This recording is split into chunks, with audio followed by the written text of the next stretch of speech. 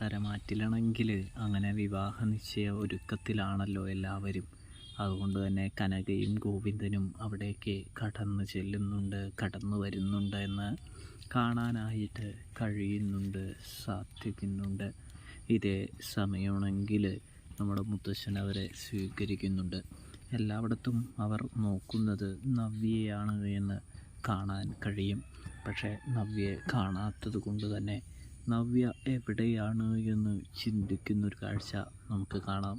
ഒടുവിൽ കനക നവ്യയുടെ അടുത്ത് ചെന്നിട്ട് പറയുന്നുണ്ട്, എന്താടി നീ മാറി നിൽക്കുന്നത്, എന്താടി കാര്യം എന്നൊക്കെ കനക ചോദിക്കുമ്പോൾ, അതായത് എൻ്റെ മനസ്സിലുള്ളത് എന്താണെന്ന് നിങ്ങളോട് പറയാൻ എനിക്ക് സൗകര്യമോ കാര്യങ്ങളോ ഒന്നും തന്നെയില്ല. അങ്ങനെ നിങ്ങളെ അറിയിക്കേണ്ട ആവശ്യകതയോ ഇല്ല എനിക്ക് എന്ന് പറയുന്നത് കാണാനായിട്ട് കഴിയുന്നുണ്ട്, സാധിക്കുന്നുണ്ട് പ്രേക്ഷകരെ, പ്രിയ കൂട്ടുകാരെ. അപ്പോൾ